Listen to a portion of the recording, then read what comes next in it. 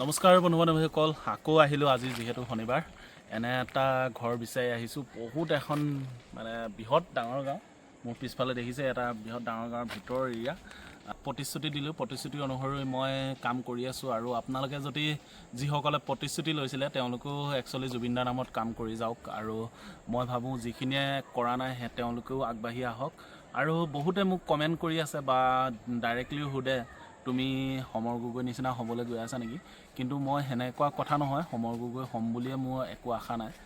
তেওঁতো বহুত এটা ডাঙৰ ইউটিউবাৰ হয় আৰু তেওঁক একচুৱেলি আমি অনুকৰণ কৰাটো এটা মানে বহুত ডাঙৰ কথা। কিন্তু হ'লেও উপায় নাই, যিসকলে ভাল কিতাপ লিখে বা ভাল উপদেশ দিয়ে তেওঁলোকক অনুকৰণ কৰাটো আমি একচুৱেলি বেয়া কথা নহয়। আৰু মোক দেখিও যদি কোনোবাই অনুকৰণ কৰোঁ বুলি ভাবে তেতিয়া মই আকৌ এইখিনিতে কথা এটা কৈ লৈছোঁ, মই বৰ ডাঙৰ ইউটিউবাৰ বা ফেচবুক ক্ৰিয়েটাৰ নহয়।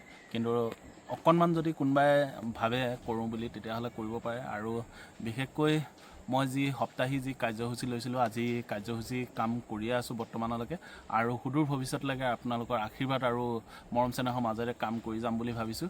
ব'লক, এতিয়া মই এই জেগাডোখৰ একচুৱেলি কি জেগা মই বৰ ভালকৈ নাজানো। এঘৰ মানুহ এখন দোকান পালোঁ, তাতে দোকানত বজাৰ পাতি লৈ চব ৰেডি, একদম সম্পূৰ্ণ মানে এঘৰ মানুহৰ যিমানখিনি প্ৰয়োজন লাগে, গাখীৰৰ পৰা পানী চেনি যি আছে মানে সকলো, পানীটো নাই বাৰু, চেনিৰ পৰা চাহপাতৰ পৰা ধৰি সম্পূৰ্ণ বজাৰখিনি লৈ ল'লোঁ। এতিয়া এঘৰ মানুহ তেওঁৱে লোকেশ্যনটো দিছে, বিচাৰি যাওঁ। অকণমান ভিতৰত আছে বুলি কৈছে, এইফালে যাম আমি, সেইটো ফালে গৈ পিনি পামগৈ বুলি কৈছে।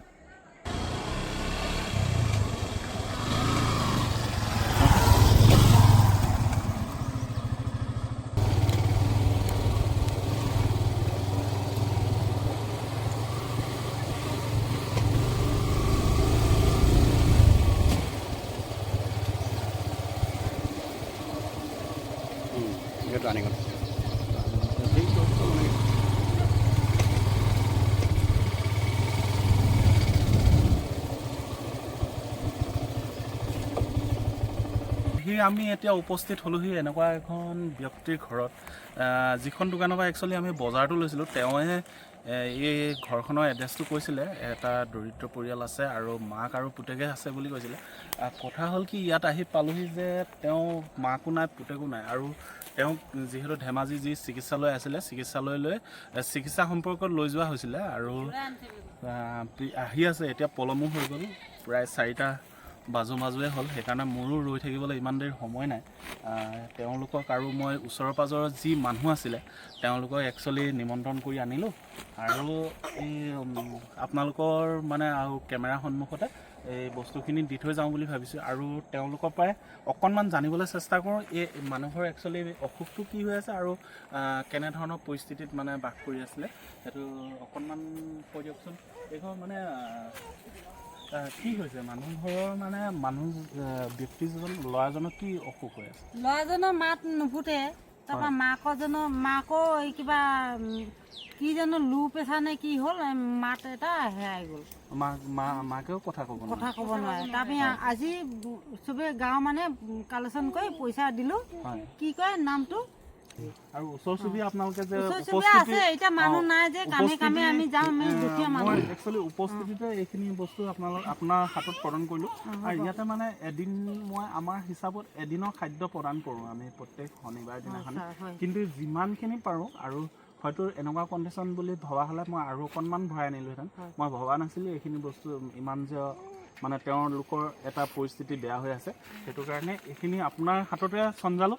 আৰু গোটেই গাঁওবাসী ৰাইজ উপস্থিত আছে যিহেতু, আৰু এইখিনি আপুনি যাতে সুকলমে তেওঁক প্ৰদান কৰি দিয়ে, মই সেইখিনিয়ে মোৰ ফালৰ পৰা আহ্বান কৰিলোঁ। খুব অশেষ ধন্যবাদ আপোনালৈ এইখিনি সহায় সহযোগ কৰি দিয়াৰ বাবে। আৰু বিশেষকৈ এই মানুহঘৰৰ আৰোগ্য হওক সেইটোৱে চিন্তা কৰিছোঁ। আৰু তেওঁ অকণমান, তেওঁলোকে কোৱা মতে অকণমান তেওঁ মানসিক ডিপ্ৰেশ্যন বা মানসিক ৰোগতো আক্ৰান্ত হৈছে বুলি কৈছে তেওঁলোকে। আৰু সুদূৰ ভৱিষ্যতলৈ যদি একো মানে অসুবিধা নহয়, হয়তো ঘৰখন দেখি আপোনালোকে বুজিছেই কেনেকুৱা ধৰণৰ এখন ঘৰ আছে। যদিহে মোৰ বিশেষ একো অসুবিধা নহয় তেতিয়া আহোঁ। মই ব্যক্তিগতভাৱে তেওঁক আহি লগ কৰিবলৈ মই প্ৰতিশ্ৰুতি দিলোঁ। আৰু এইখন ঘৰৰ পৰাই অকণমান যদি তেওঁলোকক পাৰোঁ অকণমান মোৰ ফালৰ পৰা, আৰু মই পাৰ্চনেলিকৈ তেওঁলোকৰ লগত লগ কৰি পিনি কিবা যদি কথা অসুবিধা থাকে তেওঁলোকৰ লগত পাতিবলৈ মই চেষ্টা কৰিম। আজি যিহেতু তেওঁলোকক লগ নাপালোঁ আৰু গাঁওবাসীৰ সহযোগত এইখিনি কথা পাতিবলৈ আমাৰ চেষ্টা কৰিলোঁ।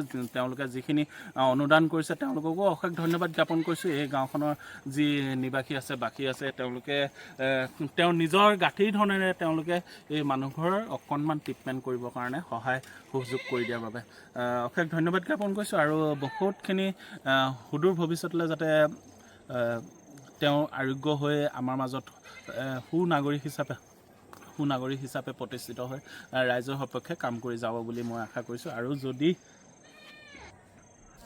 যিহেতু মই আহি উপস্থিত হোৱা এই গৃহত আৰু মই ব্যক্তিগতকৈ তেওঁক লগ কৰিম বুলি যিহেতু কৈছোঁ, মই যি মোৰ পাৰ্চনেল নাম্বাৰটো আছে তেওঁলোকক গাঁওবাসীৰ হাততে মই মোৰ নাম্বাৰটো দি যাম। আৰু যদি বিশেষভাৱে অসুবিধা হয় তেওঁ অহা শনিবাৰে মই আকৌ এইখন ঘৰলৈকে উপস্থিত হ'মহি।